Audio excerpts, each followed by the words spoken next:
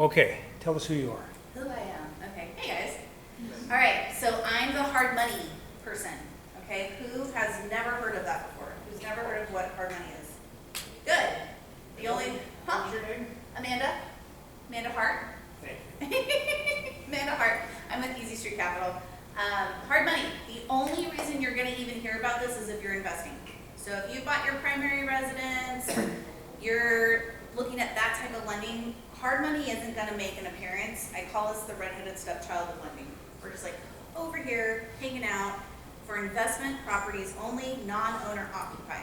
Okay, and we specifically are residential zoning specific.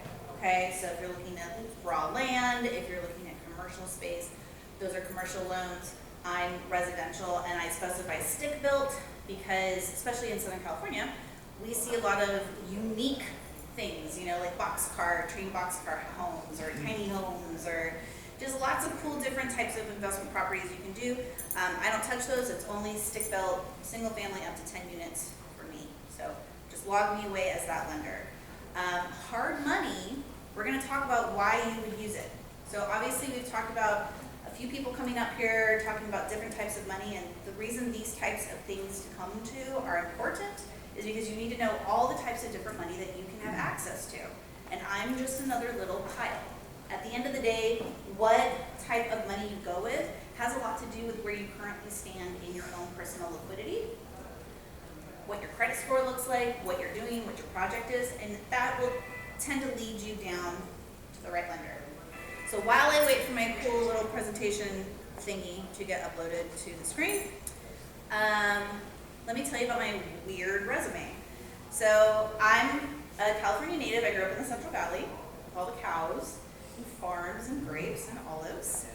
And who's heard of Visalia? Anybody? Can we do one better? Who's heard of Lindsay? Even less. Yeah, okay. Born in Visalia, raised in Lindsay. And I danced. I did competitive dance. I was terrible at sports. I came home crying.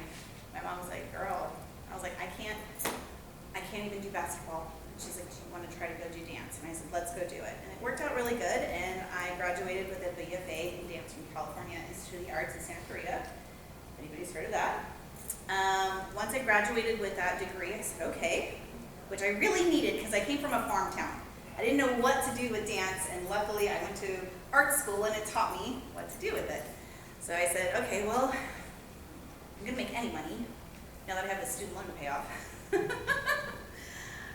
gotta be either in LA or New York, and like I was telling some of you earlier, I can't do snow for longer than 72 hours, so LA it was. And from the ages of 22 to 33, 34, I was so blessed and lucky enough to have a professional dance career. I taught kids from 2 years old all the way up to 65. I had my own dance company. I was commissioned to put work on other dance companies. I also have a dance festival. That's working when you're ready if he doesn't come back. Okay, we'll give it to the end of my story, and then You let me know switch when. over that. You got it. Okay. And so, and I also created the Mixed Match Dance Festival, which is still happening. Actually, we just had our 16th year in Santa Monica this last August, so I'm still producing that, even though I've even left the state for a few years and come back recently. So that's still going. But anybody do sports or anything in high school or college or anything? Yeah, it takes like one bad injury and you're like, I am not invincible. So as I'm in the ripe age of 33, I'm like, I'm not married, I don't have dual income, I'm living in Los Angeles. I'm like, I am one bad injury from being just really up the creek, no paddle. So it's like, I think it's time to retire from that part of my life. I grew up in a drag race family, super sport Chevys. So I love cars. Where's Ken? He was talking about, oh no, it wasn't Ken. Who had the cars? Who had the, there was someone else spoke, and he loved classic cars, and I was like, I gotta talk to him about that. It was Michael, you're right, it was Mike, yep. So I said, well, I can't just go from like living my dream to pushing papers in an office. So what's another dream I want to do that I'll like doing? And I sold Audis in Beverly Hills for almost 6 years. And that was a lot of fun. Has anybody ever thought about selling cars? Don't do it. It is hard. People walk in and hate you immediately. That is a different type of psychology to work with. So I was good at it though. I was really good at it. So I did that for about 6 years. And then I was like, man, my soul is being sucked from my body. What else can I do? I have to do something I like. And no little girl wakes up and goes, I want to sell loans when I'm older. But my friend hit me up and he's like, hey, have you thought about getting into lending? I go, no, not once. Like, I don't even know what that means. Well, this is right around COVID, okay? I go, you be my guinea pig, you go do that, and you let me know how it goes for you. Well, he came back to me 2 months later, and he's like, you are so type A, Manny, you would love this.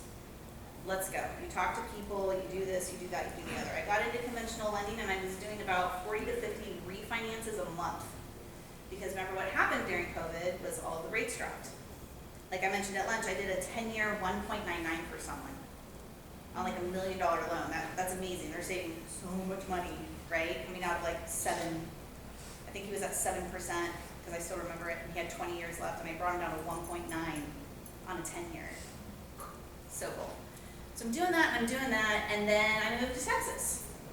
My now husband at the time wanted to go work for a race team. He works on race cars, and I said, sure, let's go. So we go to Texas. I get to Texas. I hear about Easy Street Capital. One of my old bosses from Audi works for Easy Street Capital in Orange County. He goes, if you're doing loans, you need to be doing loans for us. He poaches me. I get over here. I think we're all going to jail because my loans don't look at debt to income at all. I don't ask for your pay stubs. I don't ask for taxes. I was like, are we the mafia? Are you bringing me into the mafia right now? Because I was in conventional lending. Who's bought their own primary home? Oh, really? Okay, so I'm just letting you know conventional lending is cutthroat. It's very annoying. It's necessary, but it's very difficult. You gotta jump through a lot of hoops. Well, compared to hard money, let me put it that way.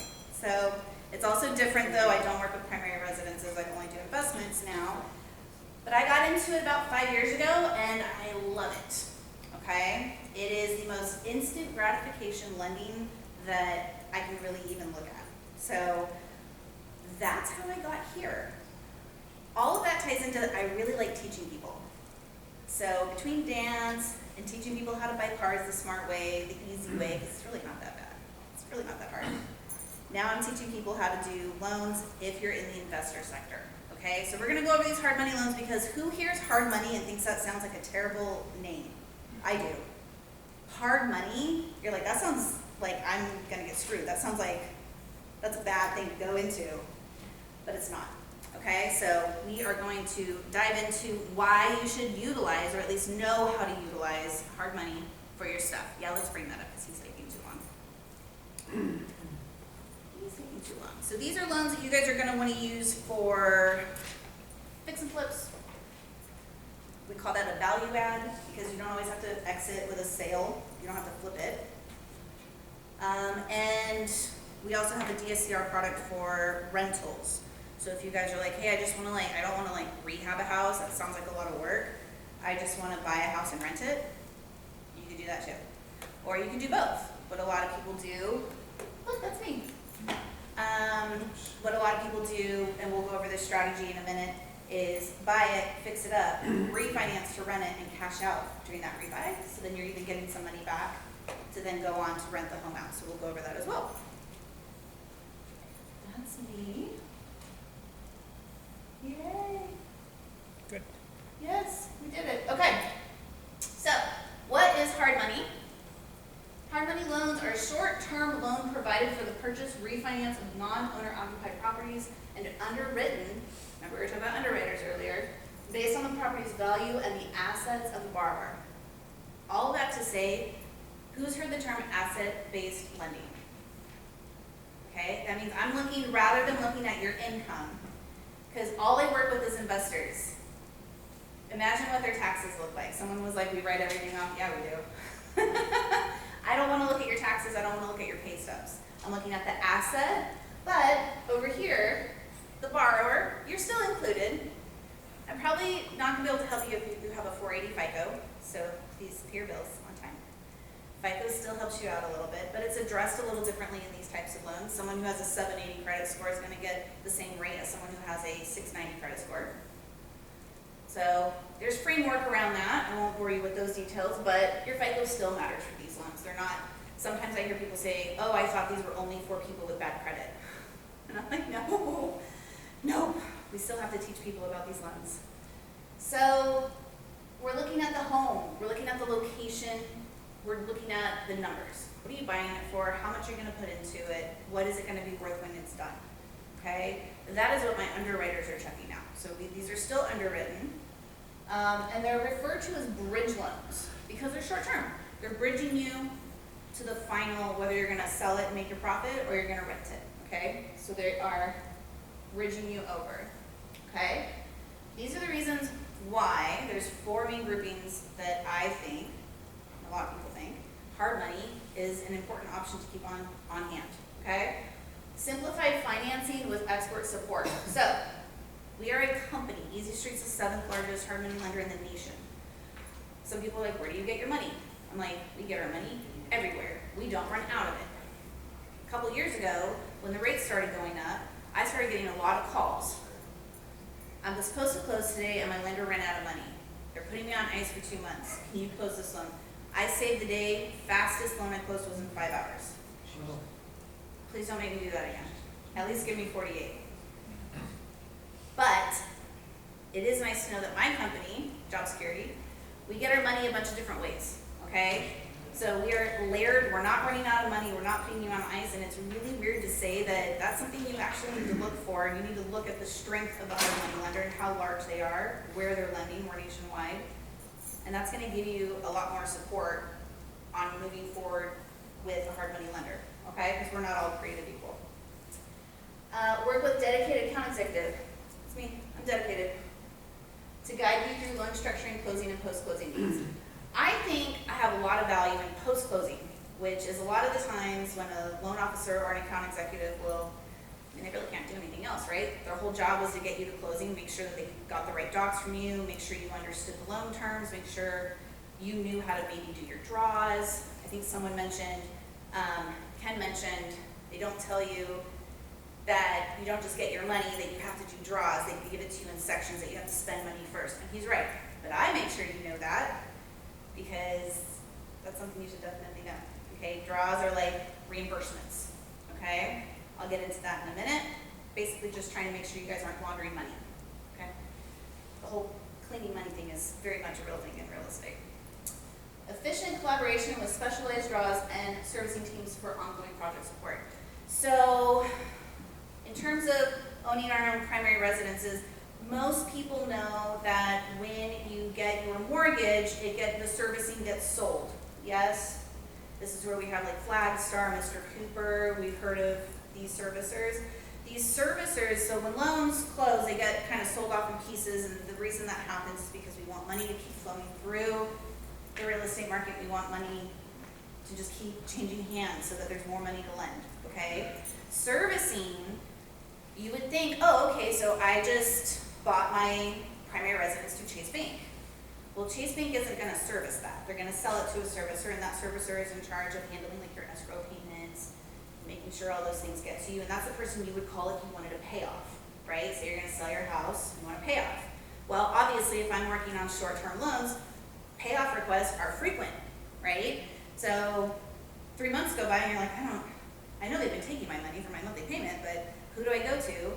I'm still here for you post-closing. Amanda, how do I do a draw? Amanda, how do I get a payoff? Amanda. You get that with me, which is kind of nice, okay? You have my cell phone number. Scale your portfolio efficiently. This is actually the #1 reason I think you need to be using hard money, even if you have billions of dollars in the bank, okay?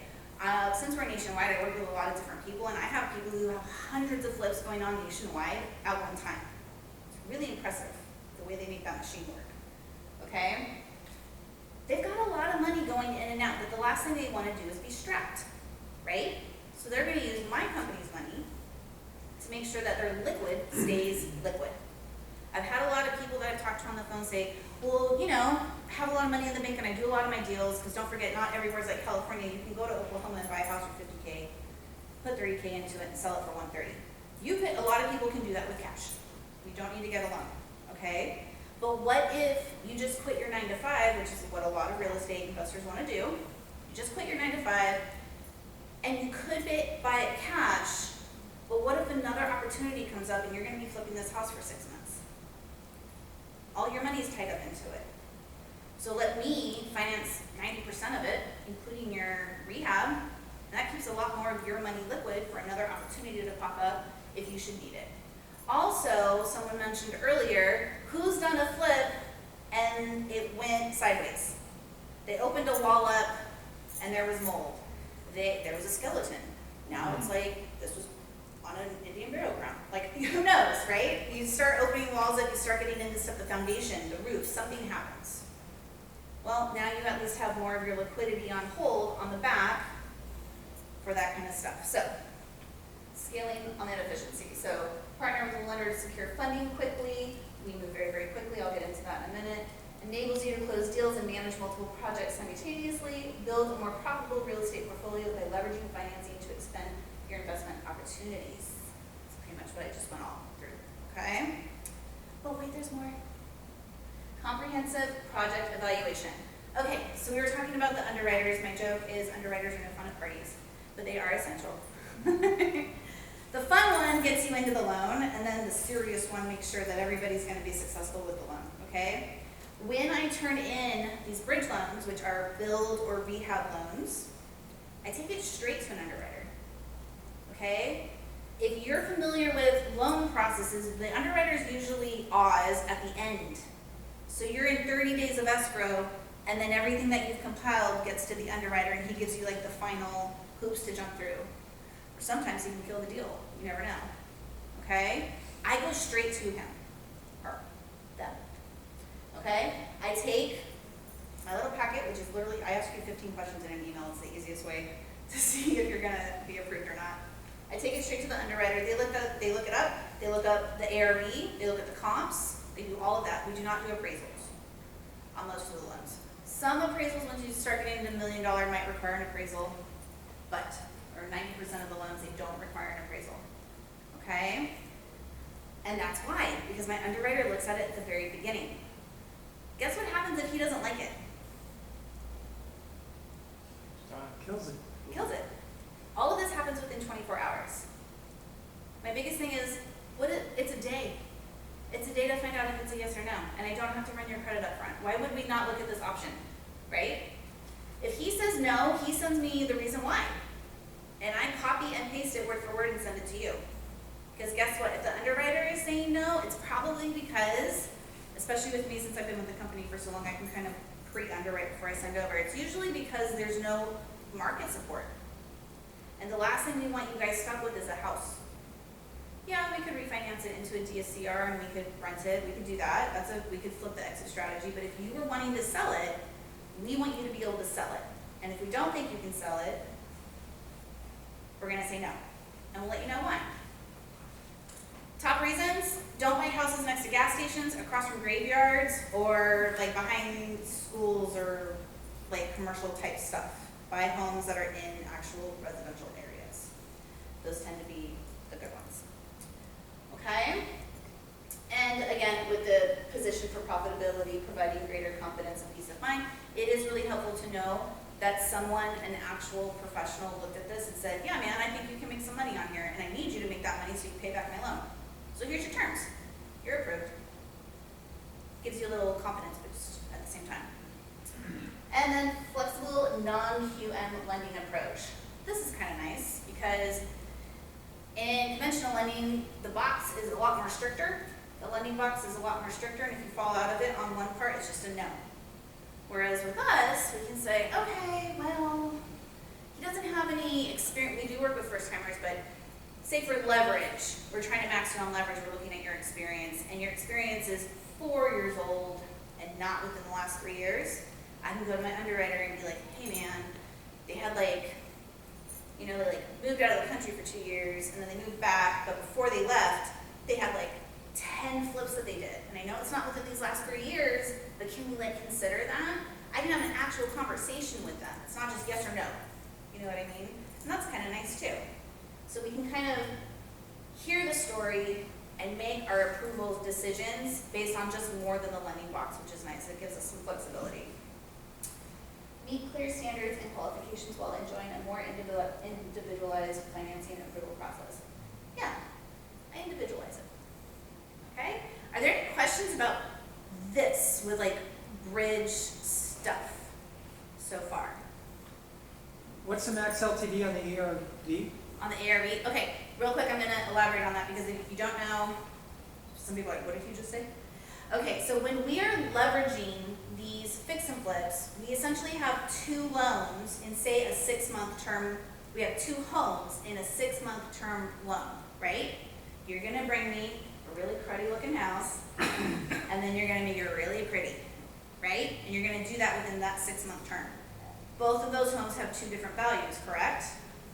Obviously, that's the whole point of this, right? So as the lender, I got to step back and say, okay, I have your upfront cost, which is your purchase price and your rehab, and that's your total cost together. That's what I'm going to be financing on. But I need to cross-check that to make sure you're not underwater later, to make sure this is a good deal for you, all that. I need to cross-check that against your loan-to-value or ARV after rehab value on the back end. So I can say, okay, 90%, but then I'm going to look at up to 75% of that ARV. And if that number is lower than this number, that means your margins, basically that means your margins are a little tighter. I need to position you appropriately. So it might say 90 on the front, but I actually might need to like make the loan for 87% because that back end value is going to cap you, and I never want you to get underneath that number when you're done, because that's when you're going to get underwater and we don't want that for you. So that's what he's asking. So 70 to 75% on the back end ARV.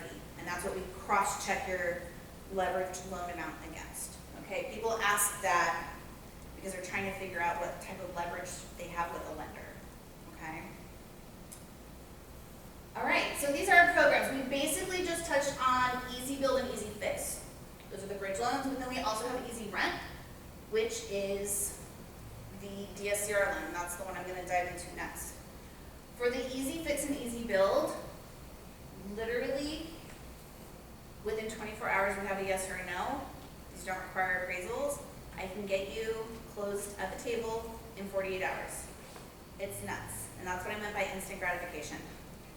These aren't 30-day escrow loans, and that's important to remember because especially out here, you guys are getting into bidding wars on these cruddy houses, right? Right? Everyone's trying to find the cruddy house that only needs like 50 grand. Easy cosmetic flip, right? Well, everyone's going for that one. So if you come in 5K lower on the offer than the next guy, but he has 30 days financing and you have 72, 48-hour financing, and there's only a 5K difference, who do you think the seller is going to sell to? The person who can close faster. So you're undercutting your competition because you can close faster, and a lot of the people who are selling these houses, the parents passed away, the kids don't want the house. I always get confused when I hear that. I'm like, you should absolutely want the house. What are you doing? But they just want to unload the house, right? A lot of the stuff is, I don't want to deal with it. It's a hoarder house. I don't want to deal with it because it's this. The trust has it, whatever the case may be. It's an auction. It's a foreclosure. Like, they just want out of it, right? Especially foreclosure. I don't want this hitting my credit report. I don't want this, messing up my FICO. So I just need to get out of this. I'm just going to try to sell it off market and get the top dollar I can for it. So when you're doing that, you're working with wholesalers, you're working direct with the seller, whatever the case may be. And there are actually some agents who will still do rehab deals. The timing is essential for this kind of stuff, okay? And if we're financing up to 90%, that means you're only putting down 10%. And on most investment properties, it's 20%, right? So this has you putting even less down and closing really fast, okay? The fees associated with this and the rate, fees, you're going to have closing costs. We only have one closing cost, which is our doc fee of $19.95, and then there's points. And everybody wants to know about points because that's a percentage of your loan amount, okay? Especially in California, your loan amounts are high. So 2% on 750 grand is kind of a lot, right? Well, we actually have gotten down to a 0-point program now. So we're ranging from anywhere from 0 all the way up to 2 points based on the loan. So that saves you a lot of money. Closing costs where you're even putting less down. So the rates, these are interest-only loans. So if I tell you this is interest only for only 6 months with no prepayment penalty, do you think I'm gonna offer a 5% rate? No. No. My rates range from 8.9 to 10.9, 11.9. Okay? These are interest only. So just remember, if you're in the loan for 3 months, these aren't amortized. You're not making these huge payments, you're just making a couple quick payments, in and out, and you're done. Okay? So there is value in that. I know the rate sounds high, but it really isn't once you're only in the loan for 2 or 3 months, right? So don't get too transfixed on that. Any questions before I go into DSCR? Do you see any reason for homes taking longer to rehab in this market, comparatively speaking, from the past? So we are nationwide, and right now at this time of year, yes, because it snows in some places. So, for example, I'm working with a couple builders in Ohio right now, and they're like, hey, we need to get this wrapped up, and I know normally we would push this because they don't want to sit in a loan that they're paying 12% on without anything happening because it's snowing, right? You don't want your holding costs to eat you alive, right? But they're like, but we need to get the foundation and the plumbing and the electric routed, and we can do that if we start this like right now. And we're gonna backtrack them on the draw. So we're closing their loan right now. They're breaking ground, they're doing that. Once they close, give it about a week to get through the like back office. We're gonna cash them out on what they spent before the loan closed. And they're gonna have that draw because they already spent that money. So weather is the #1 thing for upholding stuff. I haven't seen really supply chain have issues right now. That was a case a couple years ago. I don't really hear about that too much right now. If there's any holdings, it's because depending on the market, some markets around the US slowed down on sales. Some didn't, some did. So I want to sell this house, but now it's 90 days on the market, and I think I need to refi into a DSCR, rent it out for a year or 2, and then I can try to sell it again. Yeah. If you run up against maturity on these loans, there's also extensions. So don't get freaked out. It's like, oh my gosh, our 6-month loan is due. We'll extend it another 3 months for you guys. There's a cost to it, it's a point, but you know, it's not like we're gonna throw you into foreclosure. We can also even take these loans out to 18 months. So if you do know weather is gonna slow you down based on your location, you can take that longer time so you don't have to worry about asking for an extension, and hopefully you can time it out appropriately. Okay? Any other questions about rehab stuff? Who's thinking about doing rehab? Okay, cool. Oh, we just went over this. I should probably move that somewhere else. Oh, more advantages. 7 to 14 days. The longest I like to go is 5 days. If someone is like, oh, we close in 2 weeks, I'm like, oh, can we go sooner? Does the seller need to stay in the house longer or something? Why is it so long? Sensitive, tailored investors. Yeah.